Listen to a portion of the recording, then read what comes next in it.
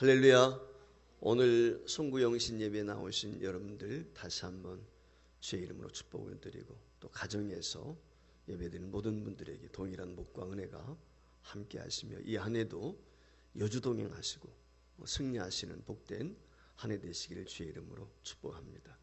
무엇보다도 코로나를 극복하고 건강하게 이 한 해가 복된 새해가 될 수 있도록 피차 힘써 기도하시고 주님과 함께하는 그런 복된 한 해 될 수 있기를 다시 한번 부탁을 드리고, 하나님께서 그와 같이 우리에게 축복을 주시라고 확신합니다.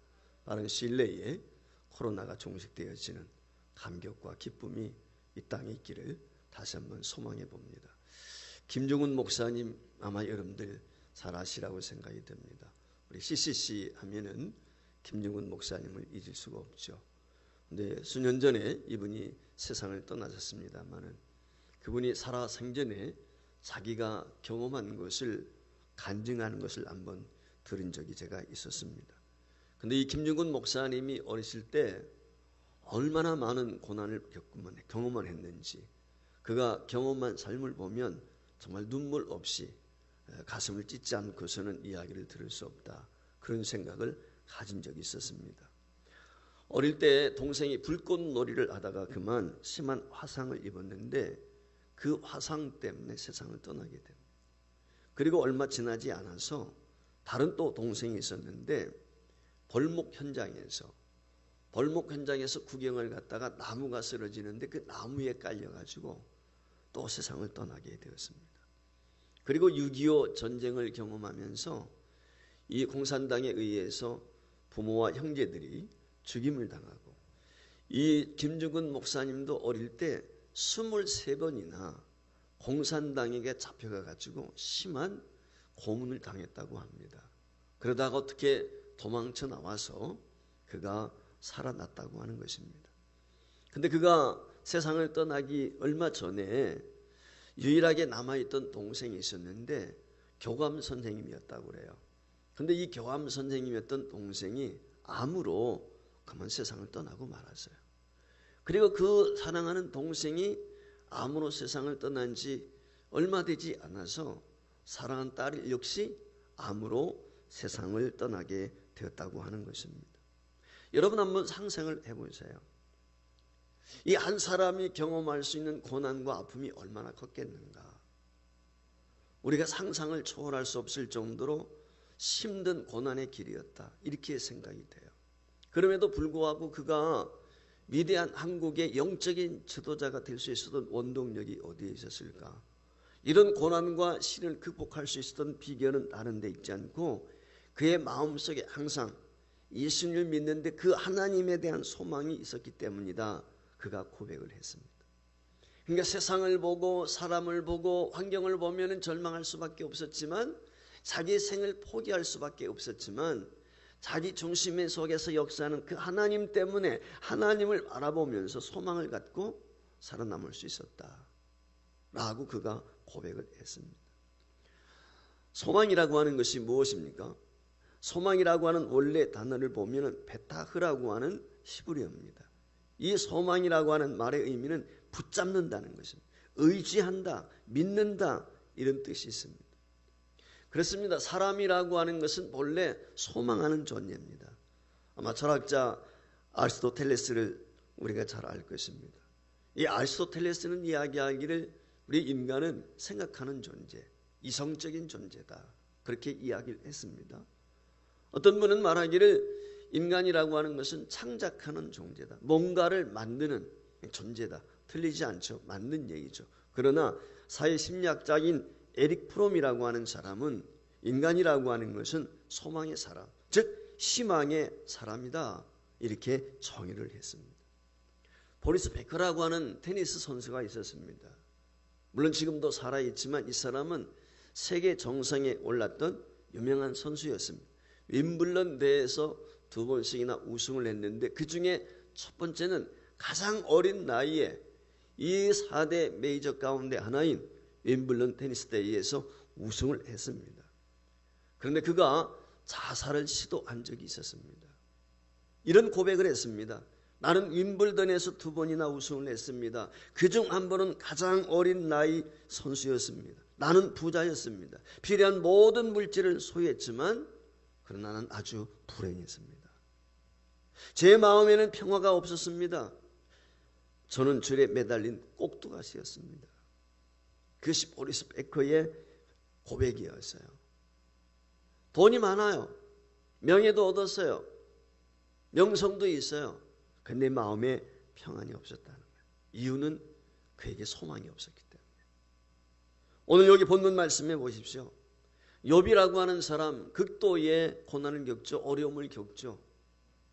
우리가 성경에서 욥만큼 어려움을 경험한 사람이 있을까? 고난을 경험한 사람이 있을까? 고난 그러면 대표적인 사람 우리는 욥을 떠오르게 됩니다.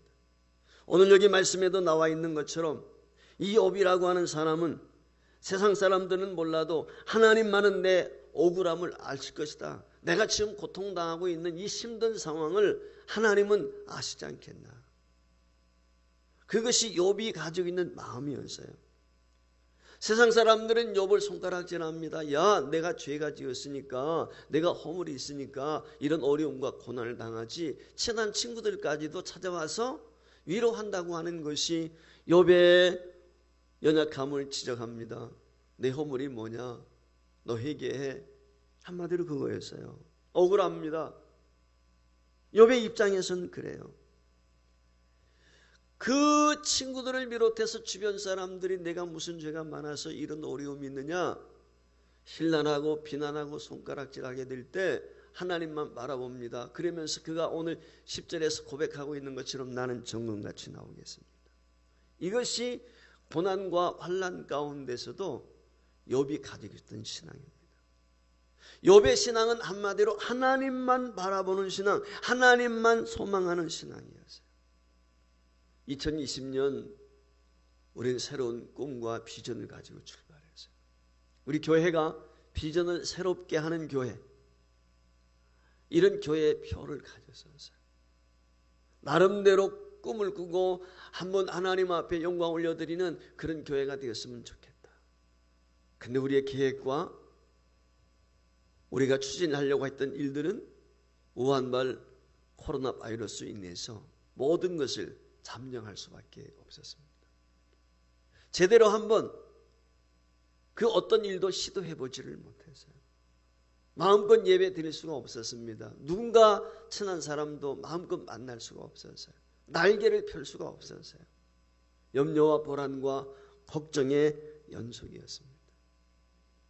그러다 그런 상황 가운데서도 저와 여러분이 주님을 바라볼 수 있었고 하나님을 의지할 수 있었음에 감사를 드리고 또 지난 한 해 동안 건강하게 오늘 이 자리까지 올 수 있었음에 대해서 박수를 보내면서 심심한 다시 한번 위로를 보내드립니다.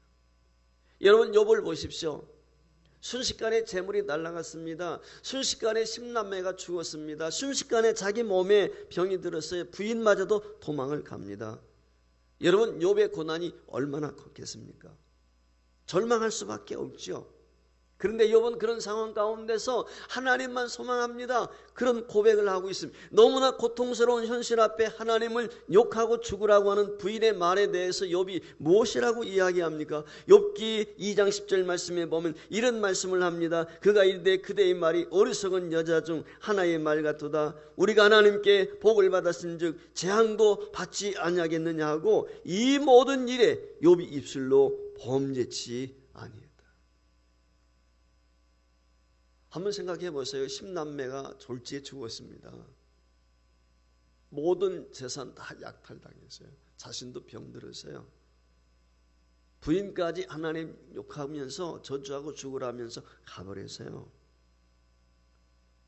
그 고통과 아픔이 얼마나 컸을까. 대다수의 많은 사람들은 어떻습니까? 어려우면 환난이 오면 원망부터 하죠. 불평부터 하게 돼 있습니다.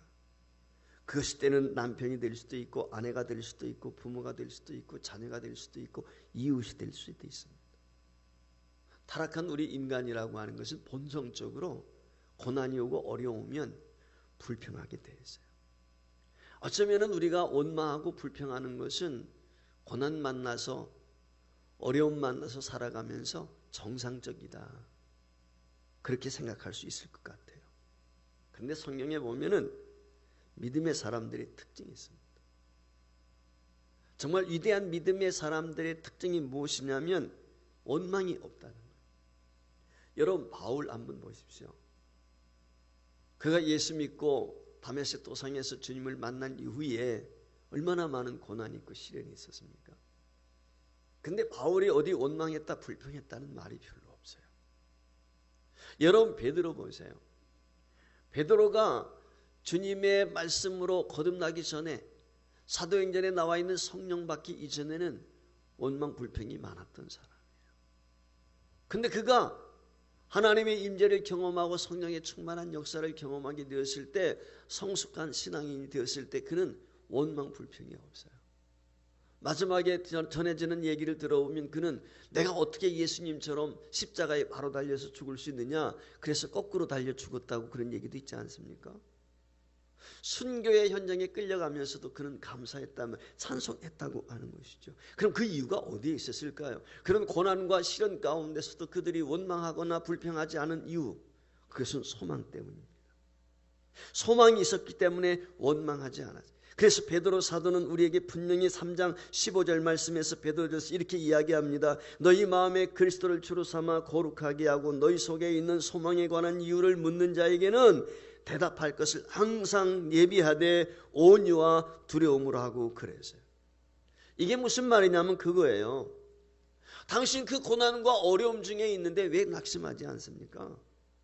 당신 환난 만났는데 왜 걱정하거나 염려하지 않고 오히려 감사하며 기뻐합니까? 그걸 그걸 물어볼 때 대답할 말을 준비하라는 거지요. 왜 그와 같이 당신은 고난과 환난 가운데서 원망하지 않고 불평하지 않습니까? 라고 하는 거예요, 지금. 오늘 저와 여러분에게도 마찬가지예요. 세상 사람들을 바라보면서 그와 같이 묻는다면 무엇이라고 대답할 수 있겠습니까? 오늘 베드로의 말씀이 무엇입니까? 소망 때문이다. 하나님에 대한 소망, 영원한 산 소망, 이 소망 때문에 나는 고난이 와도 시련이 와도 원망하거나 불평하지 않는다. 준비하고 있으라는 거예요. 그걸. 그렇게 대답할 수 있어야 된다는 거예요. 우리의 평안한 모습을 보면서 당신이 어떻게 환난과 고난 가운데도 그렇게 평안할 수 있습니까? 라고 물어볼 때 우리가 이처럼 대답할 수 있도록 준비하고 있어야 된다. 여러분, 이 땅에 살아가는 사람 중에 고통이 없는 사람 어디 있어요? 힘든 일 없는 사람이 어디 있습니까? 그러나 소망이 있는 사람, 예수께 소망을 두는 사람, 첫 번째, 우리가 불평하거나 원망하지 않는 이유가 있는데 그것은 예수 그리스도만이 우리의 참 소망이 되기 때문인 줄 믿습니다. 여러분, 욥을 보십시오. 자식이, 아내가, 재산이 다 날아가도 하나님은 반드시 자신을 다시 세우실 것을 확신했습니다. 그래서 오늘 본문 10절 말씀에 보면 욥이 무엇이라고 고백합니까? 나의 가는 길을 오직 그가 아시나니 그가 나를 단련하신 후에는 내가 정금같이 나오리다. 욥은 삶에 참 소망이 물질이나 그 어떤 것이 아닌 하나님께 있다는 것입니다. 시편 39편은 아름다운 고백과 간증이 있는 시예요. 그 39편 7절 말씀에 보면 이렇게 이 시편 기자가 고백을 합니다. 주여, 내가 무엇을 바라리요? 나의 소망은 주께 있습니다. 그래서 나의 소망은 하나님께 있다. 세계 제2차 대전 때 여러분 잘 아시는 것처럼 가장 악랄하고 많은 사람들을 죽음으로 몰아넣었던 아우슈비츠 포로 수용소, 아마 여러분들 아실 거예요. 그 아우슈비츠 포로 수용소에서 많은 사람들이 가스실에 끌려가지고 죽임을 당해서요.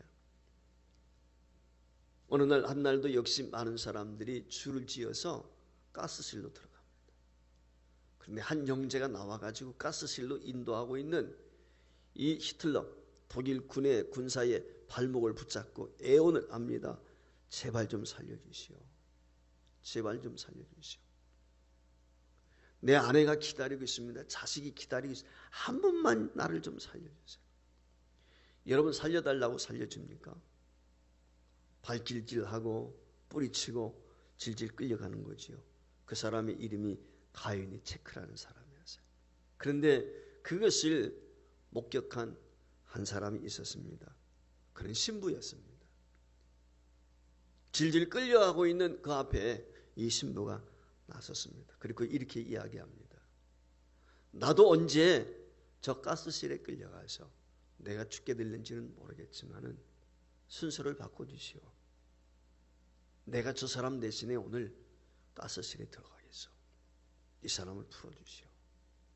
그래서 이 기온이 체크라고 하는 사람은 그 신부 덕에 그날 살아남게 되었고, 그 신부는 가스실에 자발적으로 끌려 들어가서 죽임을 당하게 되었습니다. 얼마가 지나지 않아서 제2차 세계대전이 끝났습니다. 기온이 체크라고 하는 사람은 다행히 죽지 않고 살아나올 수가 있었습니다. 1972년 10월 로마 교황청은 이 기온이 체크라고 하는 사람을 대신해서 죽은 사람에게 성자라고 하는 칭호를 부여하게 되었습니다. 그 성자라고 하는 칭호를 부여하게 되었을 때 그 자리에 기온이 체크라고 하는 사람이 같이 있었습니다. 그는 이렇게 고백을 했습니다. 결코 잊을 수 없는 그날 아침에 신부님은 나에게 미소를 보내면서 가스실로 끌려가셨습니다. 그때 나는 왜 그토록 많은 사람들이 예수님을 믿는지 알게 됐습니다. 나는 마치 골고다 언덕의 십자가 옆에 서 있는 것 같았습니다. 우리는 살아가면서 많은 것에 소망을 둡니다. 때로 그것이 물질일 수도 있고 사람일 수도 있습니다. 물론 그것도 필요합니다. 그러나 우리 모두가 경험하고 있지만 믿었던 그것들이 우리를 아프게 하고 실망할 때가 얼마나 많습니까? 여러분, 물질 때문에 아픔을 경험하는 경우 얼마나 많습니까? 물질이 많든 적든 물질로 인해서 아픔을 경험하는 경우 너무도 많습니다. 여러분, 사람 때문에 얼마나 힘듭니까? 어려움을 겪습니까? 아픔을 경험합니까? 먼데 있는 사람이 나를 괴롭게 하고 힘들게 하지 않아요. 내 마음에 못 받는 거 아니에요. 가까운 사람이 힘들게 합니다. 부모, 형제, 함께 예수를 믿는 성도들 사이에서 가슴에 못질할 때가 많이 있단 말이죠. 그러나 아프게 하고 힘들게 한다고 해서 우리가 그것을 포기할 수가 없어요. 부모가, 형제가, 자녀가 나를 힘들게 한다고 해서 포기할 수 없는 것이 우리 인간이에요. 저는 그런 생각을 요즘에 자꾸 가져봐요. 사람은 뭐냐? 사람은 사랑의 대상이다. 사람은 사랑의 대상. 이 말의 의미는 뭐냐면 의지의 대상이 결코 될 수가 없다는 거예요. 부모도 언젠가는 떠나갑니다. 자녀도 마찬가지, 형제도 마찬가지, 배우자도 마찬가지예요. 정말 막다른 골목에 이르게 되었을 때 모든 것은 다 떠나가요. 기대했기 때문에 실망이 커요. 그러니까 오늘 우리가 부모가 되었던, 형제가 되었던, 자녀가 되었던 우리가 명심하고 기억해야 될 것은 무엇이냐면 내가 기대의 대상이 아니라 사랑의 대상이다. 이걸 우리가 인식했으면 좋겠어요. 저와 여러분이 정말 의지해야 될 분, 우리가 믿어야 될 분이 있다면 그것은 오직 예수 그리스도 외에는 없습니다. 나머지는 다 우리를 실망시켜요. 우리가 의지하고 기대했던 모든 것들이 우리를 실망시킬 때가 많습니다. 우리를 실망시키지 않고 우리에게 참 소망이 되시고 우리의 참 의지가 되시는 분은 오직 예수밖에 없다. 그렇기 때문에 2011년도 저와 여러분이 예수님께 소망을 두고 고난과 시련과 어려움을 극복하시고 승리할 수 있기를 주의 이름으로 축복합니다.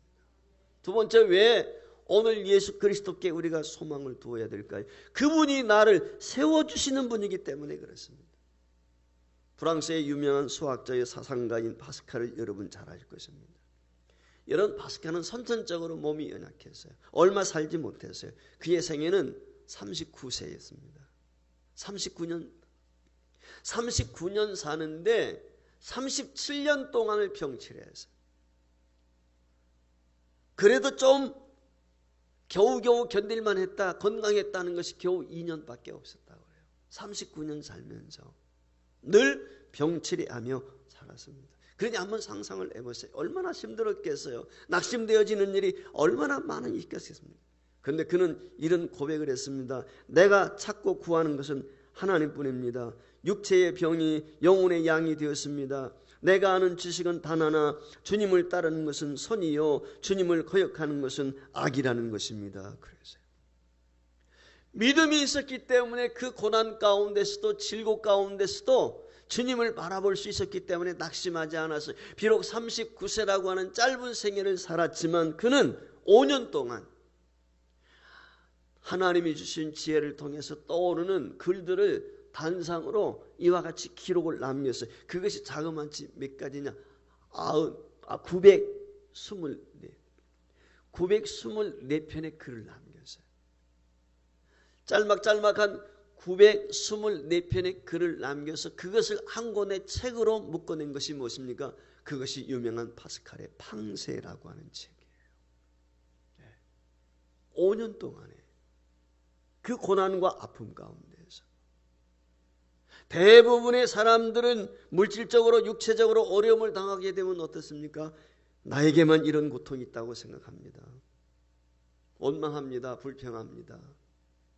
낙심하기도 합니다. 더군다나 고난 때문에 이렇게 불행해졌다고 절망할 때도 있습니다.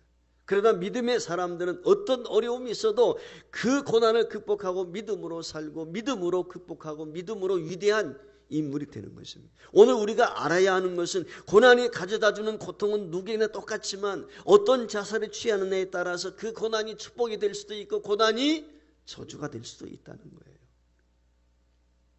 오늘 요번 말씀하고 있지 않습니까? 나의 가는 길을 오직 그가 아시나니 그가 나를 단련하신 후에는 내가 정금같이 나오겠습니다. 통일 왕국을 이뤘던 다윗 왕 이후에 솔로몬의 범죄로 인해서 남과 북이 쪼개지게 되죠. 남쪽의 네 번째 왕이 여호사밧입니다. 여호사밧이 왕으로 있을 때 한 번은 암몬과 모압과 세일선 거민들이 연합전선을 쳐가지고 이 남쪽 유다를 침략해 왔어요. 여호사밧 왕이 절대절명의 순간을 맞이하게 되었습니다. 이 세 개의 나라가 연합전선을 펴가지고 유다를 침공해 오니까 도저히 막아낼 방법이 없었어요. 그때 여호사밧이 한 것이 무엇인지 아십니까? 하나님 앞에 나가 기도하는 것입니다. 역대하 20장 12절 말씀에 보면 이런 말씀이 있어요. 우리 하나님이여 저희를 징벌하지 아니하시나이까. 저희라고 하는 말은 지금 그 3개의 나라가 연합해서 쳐들어온 그들을 이야기하는 것이죠. 우리를 치러 오는 이 큰 무리를 우리가 대적할 능력이 없고 어떻게 할 줄도 알지 못하고 오직 주만 바라봅니다. 그러니까 우리 힘으로는 그들을 대적할 수가 없으니까 오직 하나님만 바라봅니다. 하나님만 의지합니다. 하나님이 다시 세우실 것을 믿습니다. 이것이 여호사밧의 고백이에요.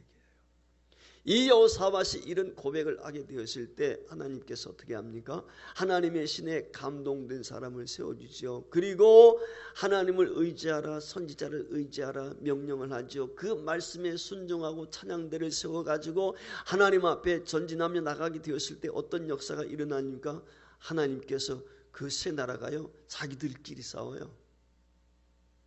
질이 멸렬했어요. 자기들끼리 싸워가지고. 오늘 욥도 마찬가지요. 고난과 시련이 있지만 하나님 앞에 범죄하지 않습니다. 하나님이 자신을 세워줄 것을 확신합니다. 주님, 지금 내가 비록 이렇게 힘들고 어렵지만 주님께서 나를 반드시 다시 세워줄 줄을 믿습니다. 새롭게 하실 것을 믿습니다. 그날까지 믿음과 기도로 나갈 수 있게 해주세요. 소망을 잃지 않게 해주세요. 오늘 저와 여러분이 이 코로나19라고 하는 어려운 상황 속에서 여러분이 해야 될 일이 있다면 그것이 무엇일까요? 그것은 주님을 더욱 의지하는 것입니다. 주님을 바라보는 것입니다. 주님을 소망하는 것입니다. 그분 앞에 간절히 기도하는 것입니다.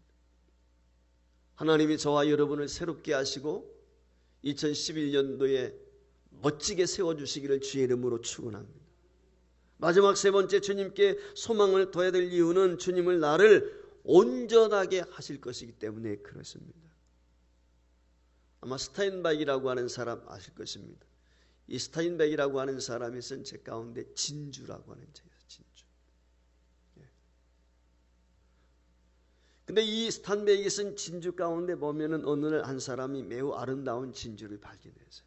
근데 진주가 아주 큼지막하고 정말 값어치가 나가는 그런 진주를 발견했는데 그 진주를 이렇게 가만히 보니까 흠집이 하나가 있는 거예요.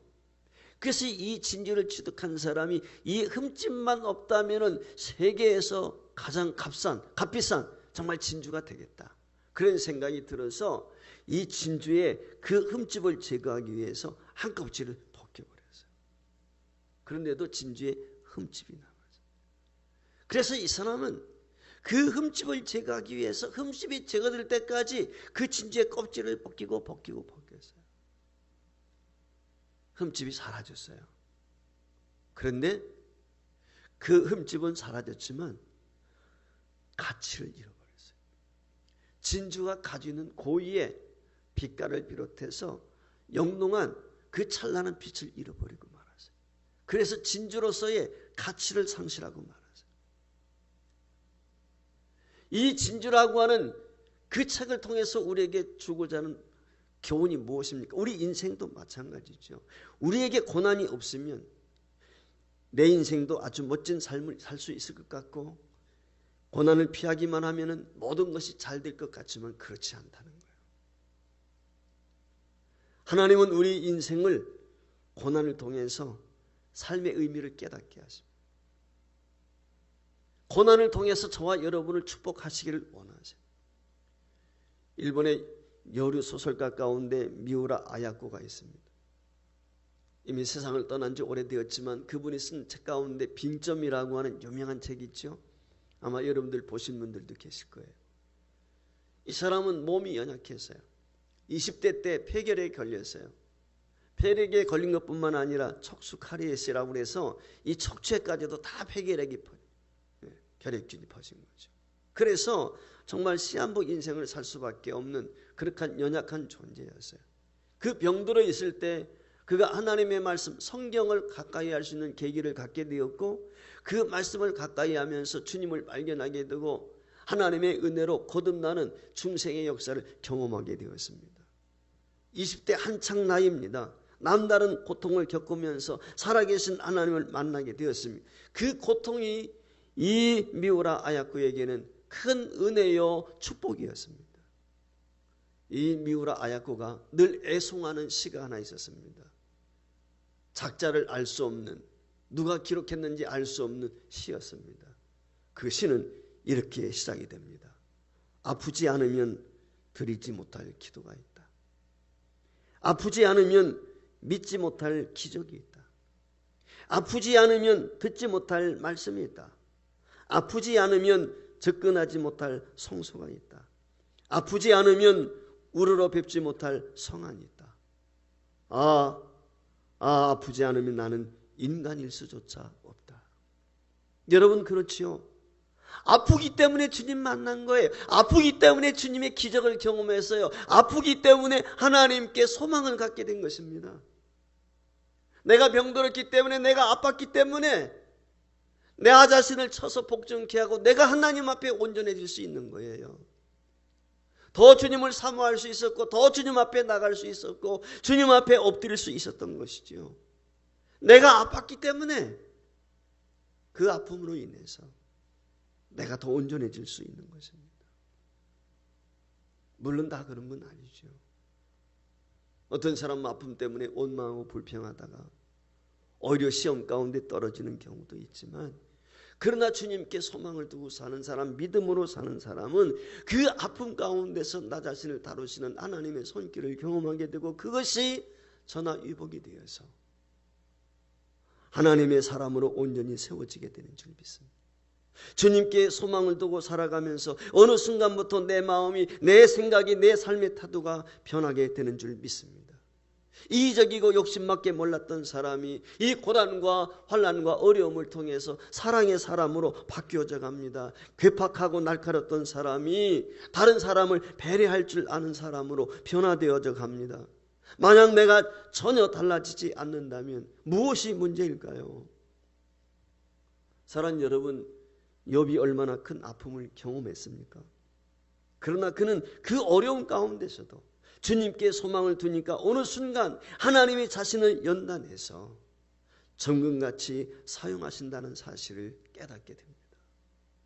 사랑하는 성도 여러분, 사실 그의 고난 속에서 주님께 소망을 두게 되었을 때 그의 믿음이 영롱하게 빛을 발한 줄 믿습니다. 코로나19로 사실 우리는 언제 어떤 일을 만날는지 예측할 수 없는 지난 한 해를 살았고 또 앞으로도 어떤 일들이 우리 앞에 전개될지 예측할 수가 없습니다. 미래를 생각하면 많은 사람들이 불안해합니다. 걱정합니다. 염려합니다.